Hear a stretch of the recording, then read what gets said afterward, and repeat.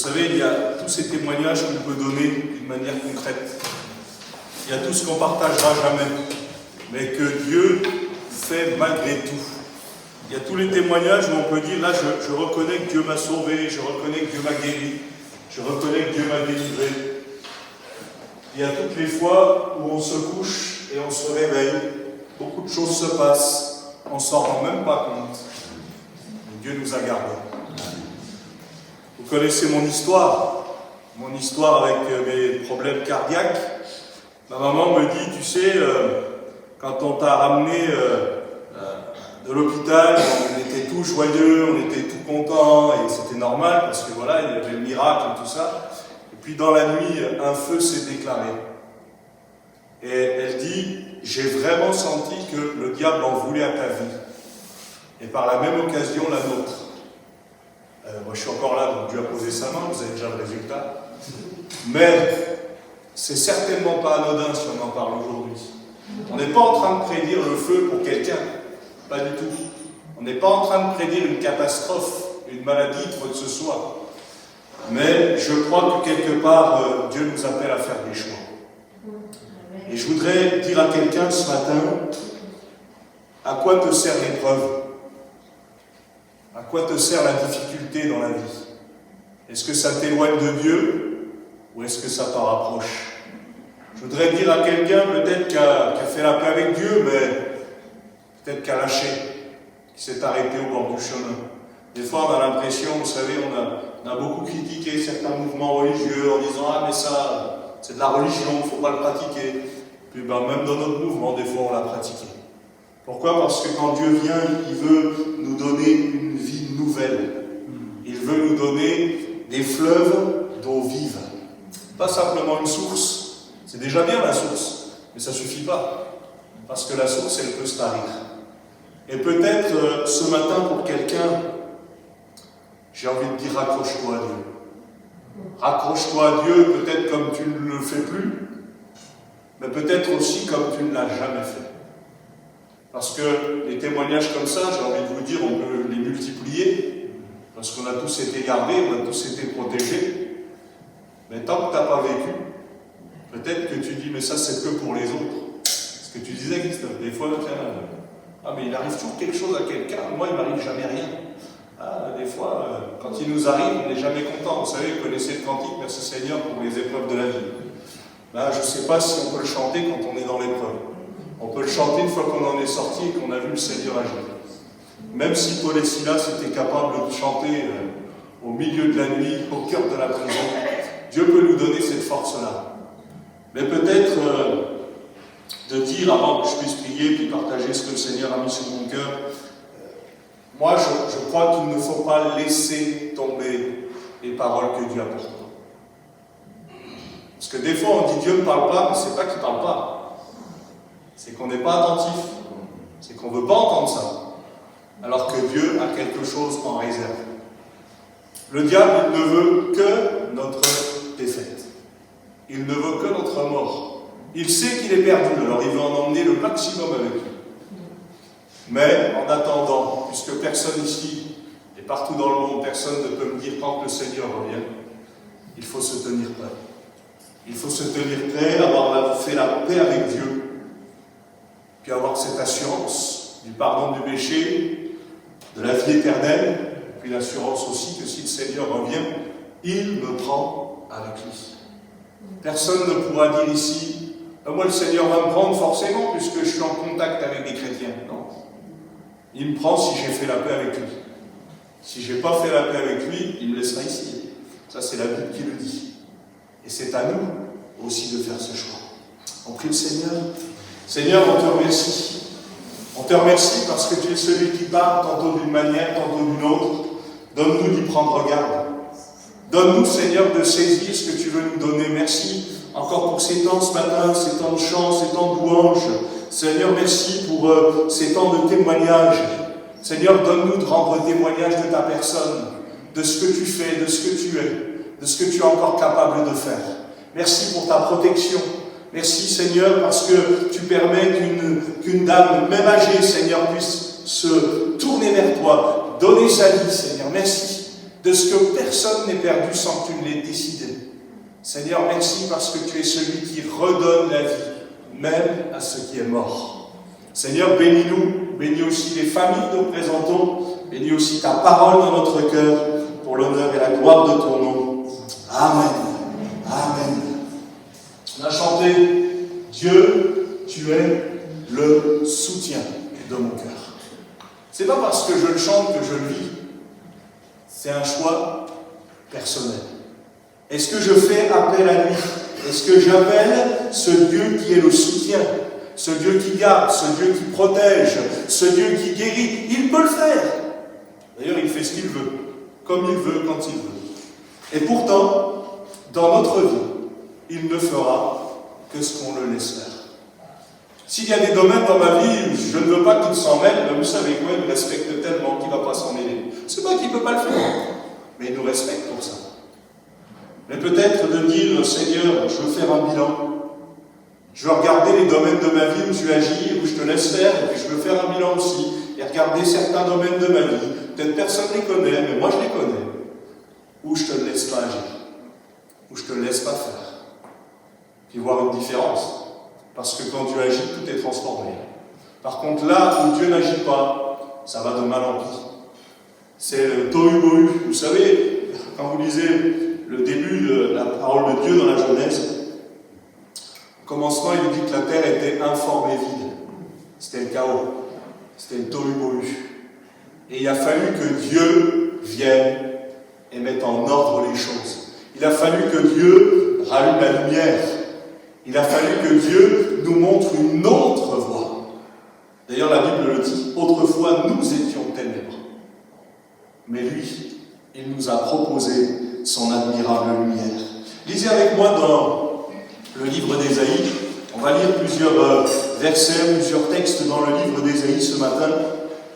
Ésaïe chapitre 12.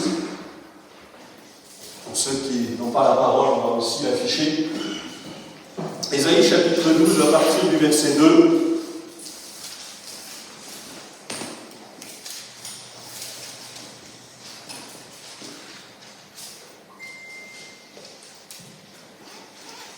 Ésaïe chapitre 12, et le verset 2 nous dit « Voici, Dieu est ma délivrance. Je serai plein de confiance. Je ne craindrai rien.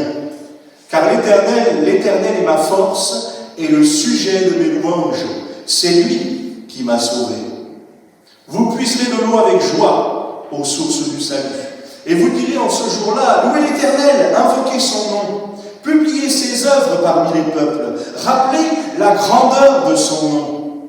Célébrez l'Éternel, car il a fait des choses magnifiques, qu'elles soient connues par toute la terre. » Est-ce que vous êtes d'accord avec ce qu'on vient de dire? Célébrez l'Éternel, car il a fait des choses magnifiques. Vous êtes d'accord avec ça? Même nous. Je te loue, Père, de ce que je suis une créature si merveilleuse. C'est ce qu'a dit le psalmiste. Ah, on pourrait se dire, oh, mais quel orgueil. Non, parce que quand il dit ça, c'est David qui le dit. Il n'est pas en train de dire, je suis le meilleur. Il est en train de dire, c'est toi le meilleur. J'ai beaucoup cherché. J'ai essayé d'autres sources, j'ai essayé d'autres ressources, mais je n'ai jamais trouvé quelqu'un comme toi. Et dans notre vie, on peut témoigner de la même chose pour ceux qui sont croyants. On a essayé d'autres choses, on a essayé d'autres manières, on a essayé d'autres joies, on a essayé d'autres paix. Mais seul Dieu a pu faire quelque chose d'extraordinaire dans notre vie.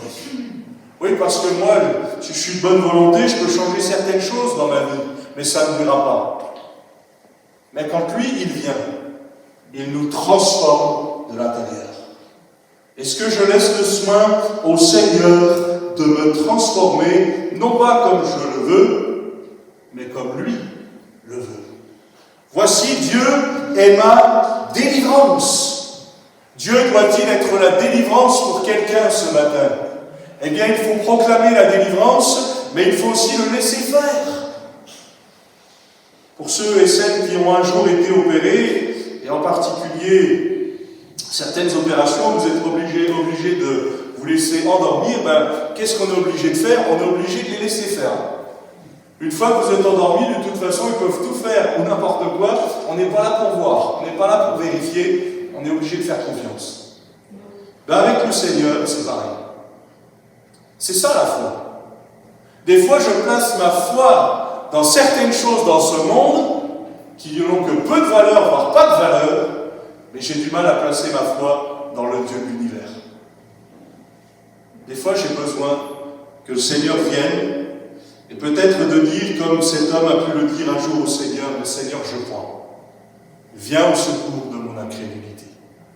Oui, j'ai peut-être des difficultés à croire, j'ai peut-être des difficultés à accepter, mais si tu peux me sauver, si tu peux me guérir, si tu peux me délivrer, et peu importe ton âge, c'est ce que Dieu veut faire. Dieu est ma délivrance. Si seulement quelqu'un pouvait sortir de ce lieu en disant, mais c'est pas simplement le Dieu de la délivrance d'un tel ou d'un tel, mais il est mon Dieu et il est le Dieu de ma délivrance. Parce que moi aussi, il m'a sauvé. Je serai plein de confiance. Oui, parce que c'est lui qui nous garde. C'est lui qui nous protège. Je ne craindrai rien. Est-ce que ça veut dire je ferai ce que je veux? Non.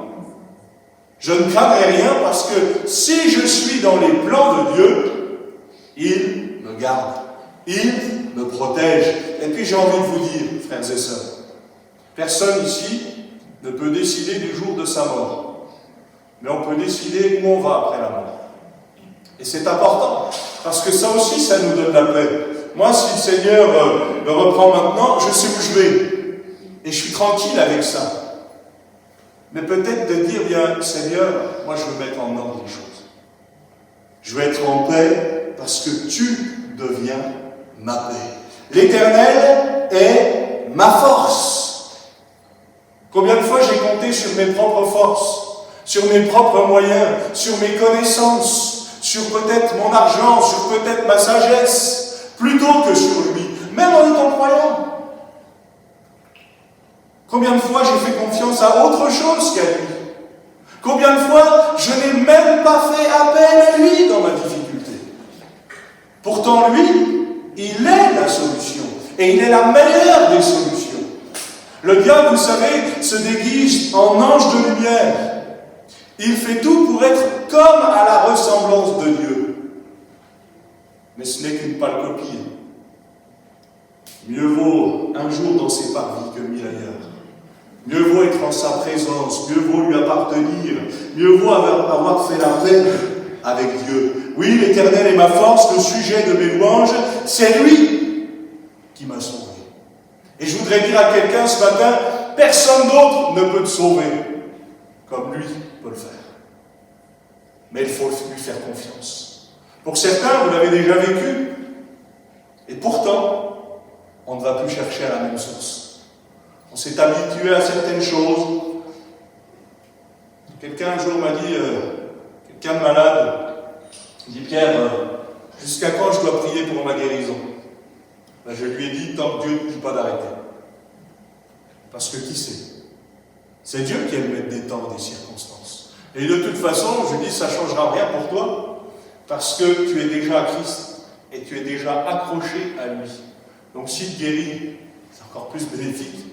Mais s'il ne le fait pas, de toute façon, tu sais en qui tu as cru. Dieu est le maître de toutes choses. Mais il faut aussi qu'il soit mon maître. Vous puiserez de l'eau avec joie aux sources du salut. Célébrez, là encore on l'a lu ensemble, car il a fait des choses magnifiques. Moi je vous encourage à témoigner, comme vous l'avez un peu entendu ce matin, mais de ce que Dieu est capable de faire. Pourquoi? Parce que ça peut donner envie à d'autres. Mais si un tel ou un tel a vécu ça, pourquoi pas moi? Pas dans le sens de jalousie. Non, dans le sens de si Dieu l'a fait pour lui, si Dieu l'a fait pour elle, il peut aussi le faire pour moi. Mais des fois, vous savez pourquoi on ne reçoit pas? Parce qu'on ne demande pas. Des fois, bien sûr, on ne reçoit pas parce que ce n'est pas dans la volonté de Dieu, ce n'est pas dans le timing de Dieu, ça on est d'accord, mais des fois on ne reçoit pas parce que je n'ose même plus demander. Un homme à qui Jésus va dire, veux-tu être guéri? Il va répondre, mais je n'ai personne. Je n'ai personne. Il ne répond pas lui non, il répond, je n'ai personne. Et merci Seigneur, Jésus a persisté, il a été guéri, cet homme. Mais de dire tout simplement quelles sont mes réponses quand Dieu me pose des questions, quand Dieu me propose son aide, quand Dieu me propose son secours. Est-ce que parfois je ne suis pas tenté d'aller chercher une autre voie ou une autre source? Pourtant, nous savons que ce que Dieu nous donne, c'est le meilleur pour chacun d'entre nous. Ésaïe 35, verset 4.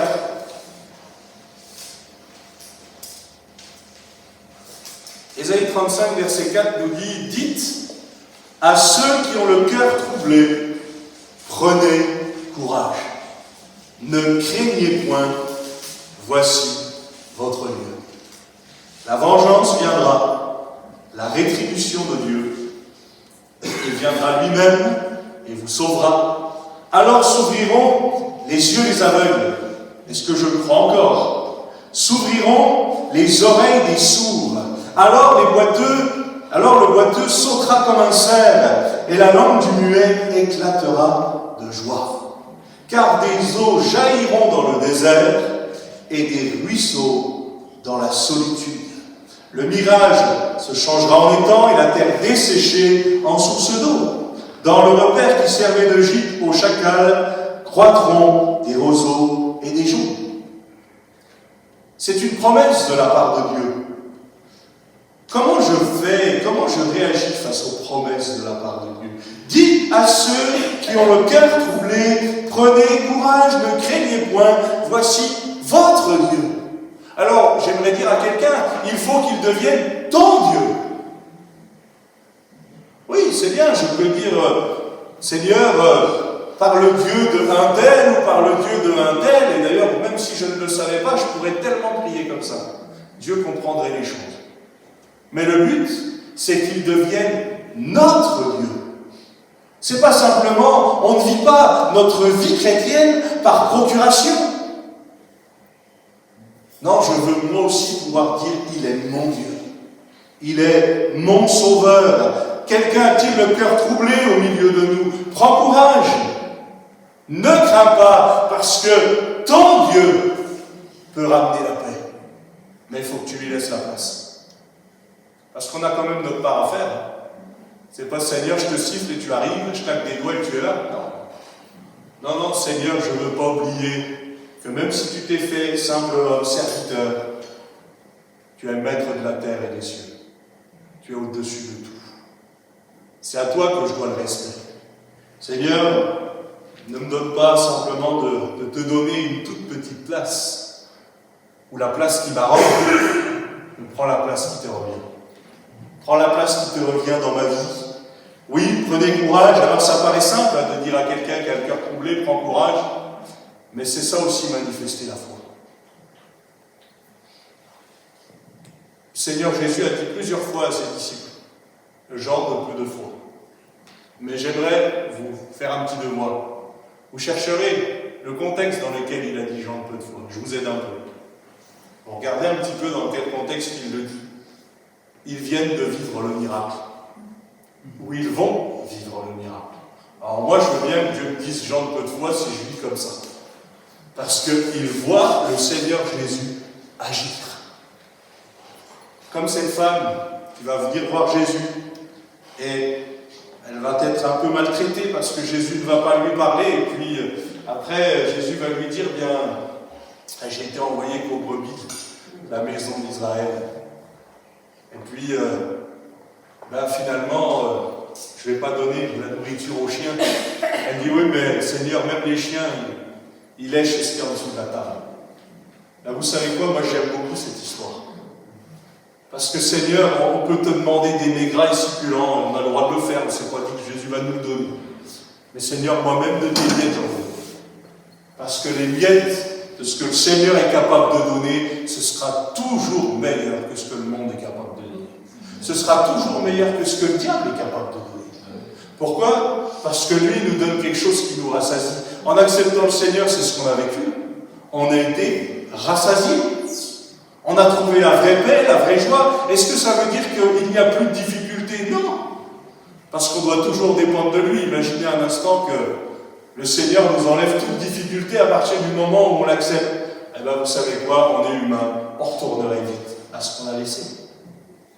Les Hébreux ont été témoins de choses extraordinaires, de délivrance, de miracles. Mais finalement, après peu d'occasions, Seigneur, en Égypte c'était pas mal.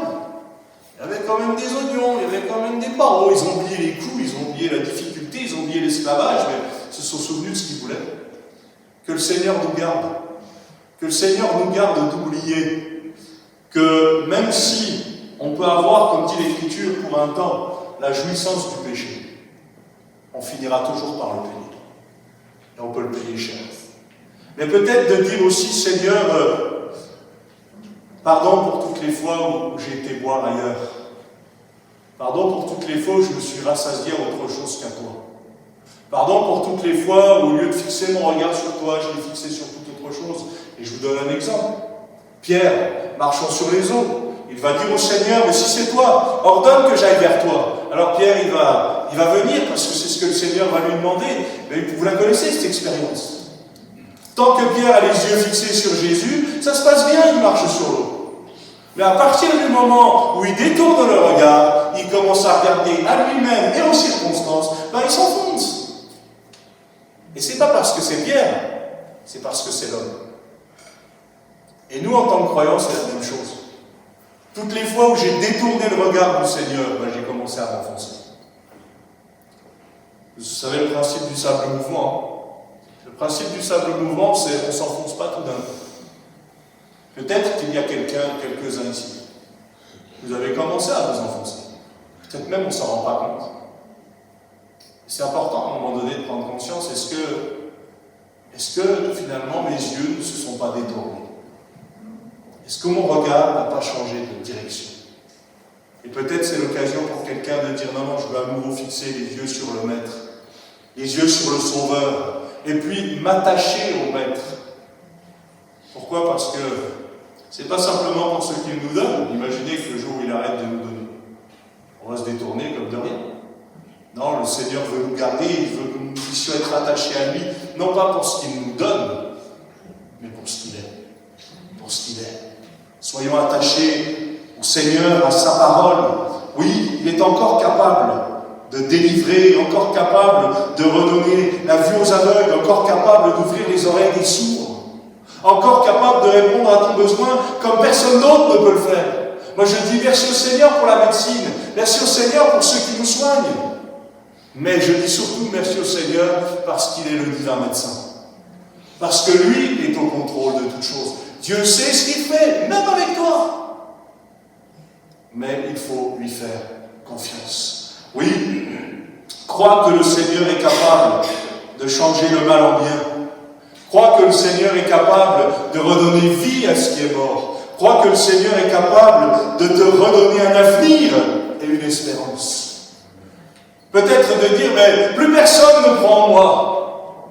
Et le plus important, c'est que Dieu t'aime. Dieu peut te donner un avenir. Dieu peut faire de toi quelque chose d'extraordinaire. Mais parce qu'il va falloir qu'il dirige. Dieu ne veut pas, encore une fois, une petite place dans notre vie. Il veut la place de celui qui dirige, de celui qui conduit. Et je voudrais dire à quelqu'un, peut-être c'est la première fois, peut-être même tu ne l'as jamais fait, mais demande quelque chose au Seigneur. Peut-être demander quelque chose que tu n'as jamais osé demander. Moi je me souviens de ce jeune garçon, il priait pendant les temps de prière en colonie. J'avais l'habitude de faire ça, je prêchais, puis je disais aux enfants, si vous avez un sujet de prière, dites-le moi. Vous aviez des sujets de prière, c'était pas... quelque part, voilà, on va prier pour qu'il y ait du beau temps et tout. Je ne minimise pas ça. Mais quand je me suis retrouvé devant ce petit garçon qui me dit, voilà, moi j'ai un papa qui boit. J'ai un oncle qui a un cancer, en stade terminal, il a 6 ans le gamin. Et il vous sort ça. Il n'a pas entendu nulle part. Je ne sais pas quelle était sa compréhension, mais enfin, lui, le stade terminal, il l'a bien compris. Et il dit, est-ce que tu crois que Dieu peut faire quelque chose? Moi je dis, j'en sais rien, on va prier en tout cas. Parce que là, je ne voulais surtout pas m'avancer et lui annoncer quelque chose si ça n'arrivait pas. Et bien, il se trouve qu'on a prié. Je crois que c'est plus lui qui a prié que moi, et ça m'a fait tellement de bien. Mais ce qui est sûr, c'est qu'avant la fin de la colo, son père avait arrêté de boire. Ils étaient en instance de divorce. Tout a été réglé. Et puis, ce membre de sa famille qui était malade, rémission complète. Il est venu me raconter ça. Il est venu me raconter ça le dernier jour. Il me dit, mon papa m'a annoncé de bonnes nouvelles. Il ne me disait rien sur ce qu'il vivait, même si, vous savez, les enfants ne sont pas sourds, ils ne sont pas aveugles. Des fois, on fait tout pour cacher, ne vous inquiétez pas, ils voient bien certaines choses et ils entendent bien ce qu'ils veulent. Mais Dieu a entendu la prière de ce petit enfant, comme il entend ta prière. Alors peut-être que ce n'est pas une prière que tu vas oser faire à haute voix. Peut-être que ce n'est pas une prière que tu vas faire devant le grand monde, c'est pas ça le plus important. Ce qui compte, c'est de prier. Ce qui compte, c'est de demander au Seigneur du secours. Parce que Dieu est là, parce que Dieu entend, parce que Dieu agit. Et peut-être qu'il l'a fait il y a longtemps pour toi. Mais il peut le refaire. Des fois, si Dieu ne le fait pas dans ma vie, c'est peut-être aussi parce que je ne lui demande plus. C'est comme si le Seigneur disait, tu veux te débrouiller par toi-même, ben fais-le. Pourtant, il nous tend toujours une main secourable. Je ferai jaillir des fleuves sur les collines, Ésaïe 41, versets 18 à 20. Des sources au milieu des vallées. Je changerai le désert en étang, et la terre aride en courant d'eau. Je mettrai dans le désert le cèdre, l'acacia, la myrte et l'olivier. Je mettrai dans les lieux stériles le cyprès, l'orme, le buis, tous ensemble, afin qu'ils voient, qu'ils sachent, qu'ils observent et considèrent que la main de l'Éternel a fait ces choses, que le Saint d'Israël en est l'auteur. Là, je vous ai lu un passage, pour ceux qui n'ont pas eu le temps de suivre, de Ésaïe 41, 18 à 20. Alors, je vous ai cité toutes sortes d'arbres.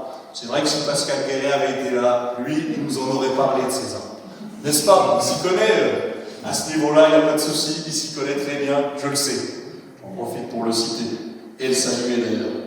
Mais moi, ce qui m'intéresse, en tout cas pour ce matin, afin qu'ils sachent, qu'ils observent et considèrent que la main de l'Éternel a fait ces choses.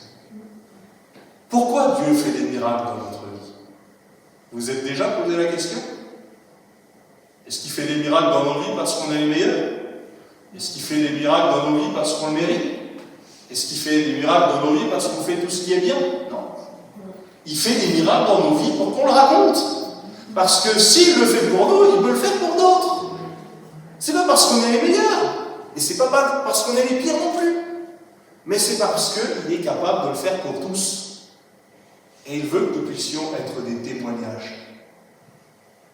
Moi, j'ai eu des soucis cardiaques, et je vous ai déjà raconté que dans le même temps, une autre famille, mais eux ont refusé de soigner leurs enfants. Voilà, ils ont dit à mes parents, vous n'avez pas la foi, Dieu peut le guérir comme ça, vous n'avez pas besoin de l'emmener voir le médecin. Heureusement qu'ils l'ont fait. Sauf qu'eux, ils ont mis en pratique ce qu'ils étaient en train de dire pour leur fils, mais leur fils est décédé. Parfois, c'est lourd quand même. C'est lourd. Je comprends que Dieu peut tout. Je sais que Dieu peut tout. Mais des fois, Dieu a mis à côté de moi, autour de moi, des solutions. À moi de les saisir aussi.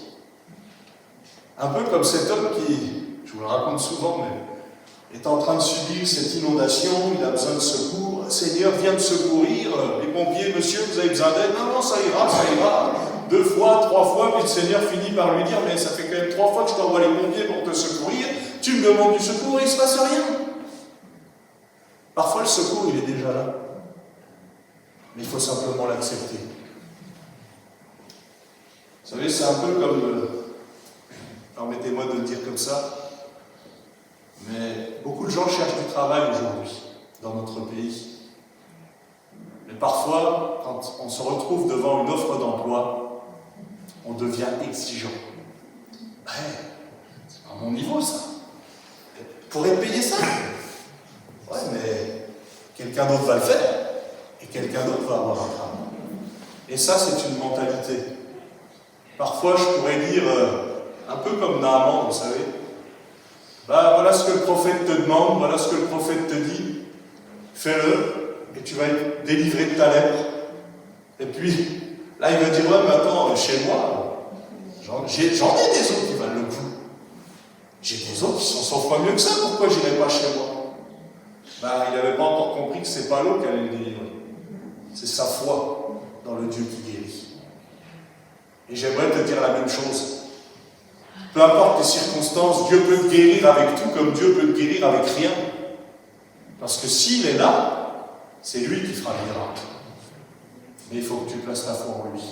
Et peu importe qui que tu sois jeune ou moins jeune, peu importe. Mais peut-être de faire l'essai. Seigneur, si tu peux faire quelque chose. Seigneur, si tu peux me sauver, si tu peux me laver. Peut-être, Seigneur, voilà, je voudrais te confier ça. Personne ne le sait.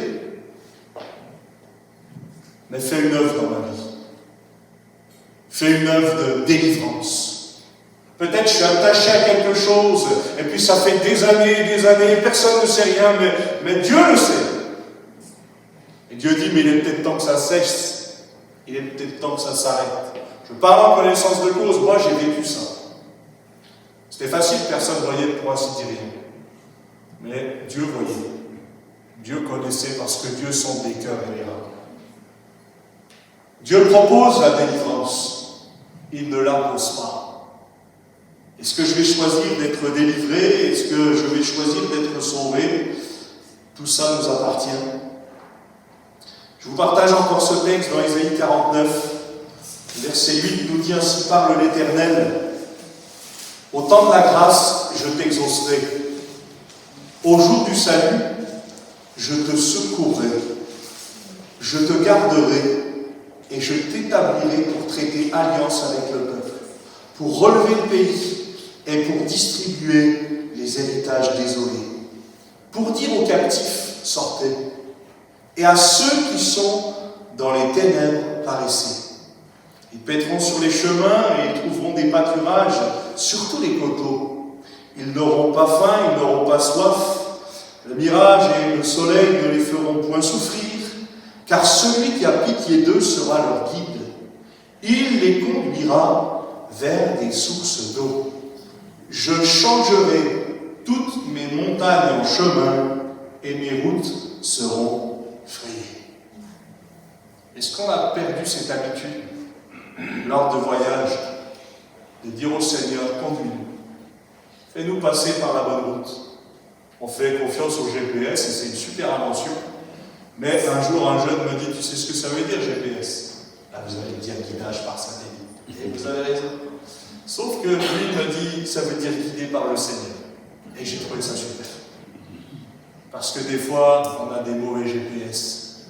Un jour, on était sur une route avec Alain, Pascal, et on allait ensemble dans un même lieu, et puis le GPS nous dit à un moment donné, vous êtes nulle part.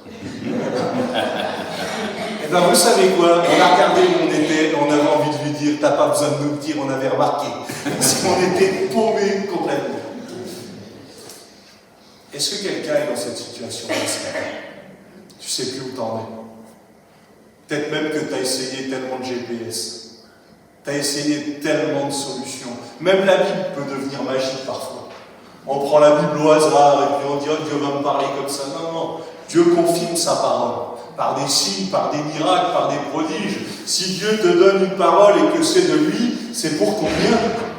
Jamais pour ton malheur. Encore une fois, ça ne veut pas dire que ce sera facile. Mais il les conduira vers des sources d'eau. Il te conduira là où il veut. Mais à toi de te laisser conduire aussi. Parce que lui connaît des choses que toi tu ne connais pas. Tout simplement, c'est ce que nous ont partagé ceux qui ont témoigné aussi ce matin. Apprendre à lui faire confiance. Je termine avec ça, et vous le connaissez. Ésaïe 55. Le premier verset.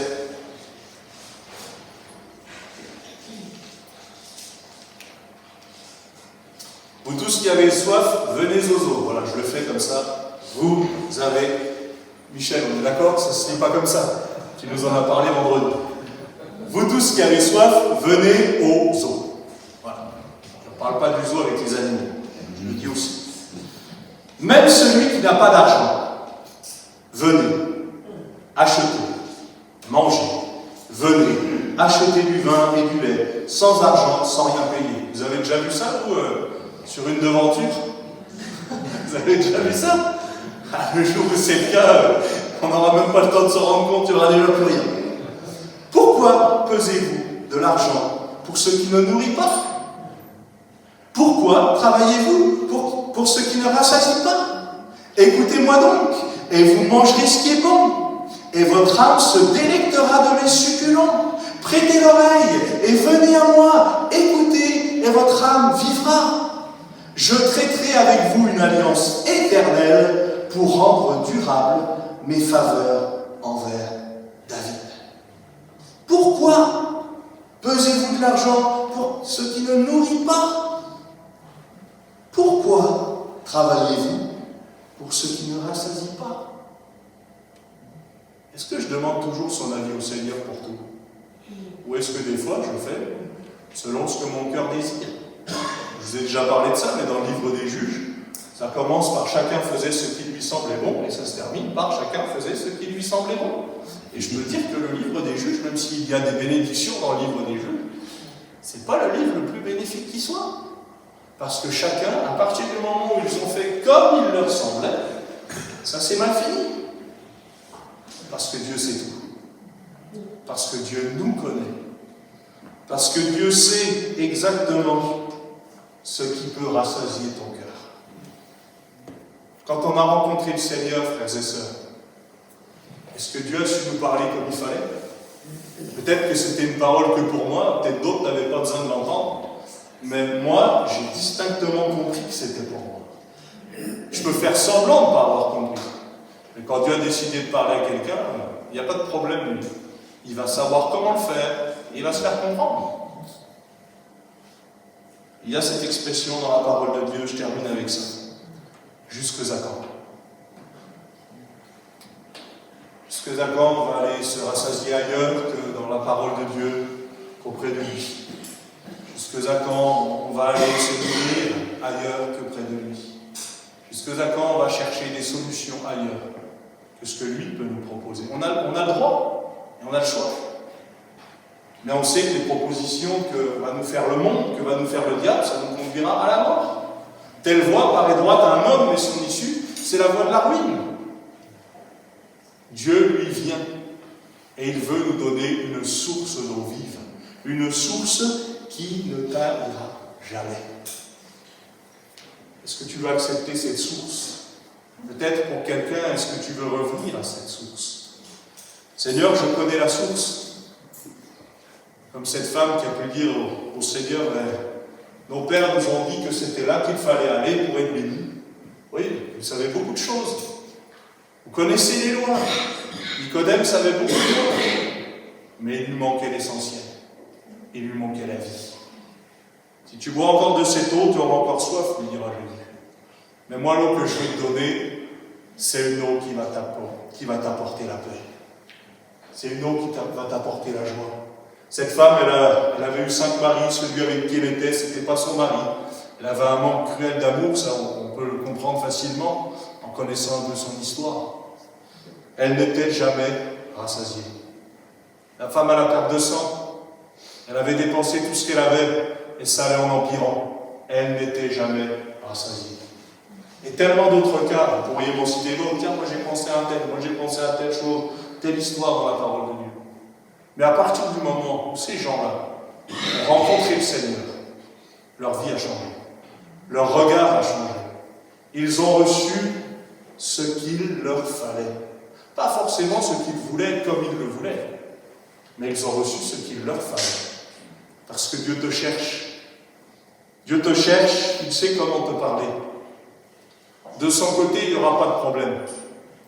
Mais d'une autre, parfois, il y a des soucis. Parce qu'entre nous et Dieu, on peut mettre tellement d'obstacles. Est-ce qu'on peut baisser nos têtes et fermer nos yeux quelques secondes? Moi, je crois qu'il y a quelques-uns ce matin. Vous avez besoin de faire la paix avec Dieu. Vous avez besoin de revenir ou de venir à la source qui jamais ne tarit. Et je voudrais te donner cette occasion ce matin, qui que tu sois, jeune ou moins jeune, peu importe. Mais est-ce que tu veux venir à Christ? Est-ce que tu veux donner ton cœur au Seigneur? Tu l'as peut-être déjà fait, mais tu l'as peut-être déjà repris aussi. Mais peut-être ce matin, à travers de tout ce qui a été partagé, les témoignages, les chants, la louange, la parole, et même quelques les prières qui ont été adressées à Dieu, Dieu te parle, Dieu te cherche. Mais est-ce que tu vas répondre? Alors s'il y avait quelqu'un ce matin, simplement je t'inviterai là où tu es, à lever ta main, de dire, ben, Seigneur, moi cette fois-ci je te le donne, je te laisse mon cœur. Je veux trouver la vraie source et la vraie paix en toi. Alors s'il y avait quelqu'un ce matin, que le Seigneur te bénisse, tu peux lever ta main, tu peux la baisser ensuite. Le Seigneur te voit, c'est le plus important. Que Dieu te bénisse. Y a-t-il encore quelqu'un ce matin, alors que plusieurs vous levez votre main? Peut-être quelqu'un qui résiste, qui dit, mais qu'est-ce que tout ce que je vais perdre en levant ma main? Pense à tout ce que tu vas gagner en levant ta main. Parce que tout ce que tu vas perdre, c'est que des choses qui te mènent à la mort. Alors que quand tu donnes ta vie au Seigneur, tu reçois que des choses qui mènent à la vie. Y a-t-il encore quelqu'un ce matin qui veut dire, Seigneur, mais moi, je veux te faire pleinement confiance. Je veux retrouver la paix, je veux retrouver la joie. Je voudrais prier pour ceux et celles qui ont déjà levé leur main. Seigneur, nous te remercions parce que tu es le fidèle et le véritable. Nous voulons nous aussi dire et pouvoir dire comme le psalmiste, toutes nos sources sont en toi. Nous voulons compter sur ta grâce pour aller plus loin et nous ne voulons certainement pas aller chercher ailleurs ce que toi tu peux nous donner en meilleure quantité et en meilleure qualité. Merci Seigneur de ce que ceux qui t'appartiennent ne souffrent d'aucun mal, parce que tu nous gardes, parce que tu nous protèges, et même dans la difficulté tu es là. Merci Seigneur de ce que nous pouvons toujours compter sur toi. Nous l'avons entendu au travers de ces témoignages. Merci pour ce que tu as fait dans leur vie, merci pour ce que tu as fait dans leur foyer. Et merci pour ce que tu feras encore, parce que nous voulons en entendre tellement d'autres des témoignages comme cela. Seigneur, merci pour ce que tu as fait hier. Merci pour ce que tu fais aujourd'hui. Et merci pour ce que tu feras demain. Amen. Amen. Merci pour votre attention.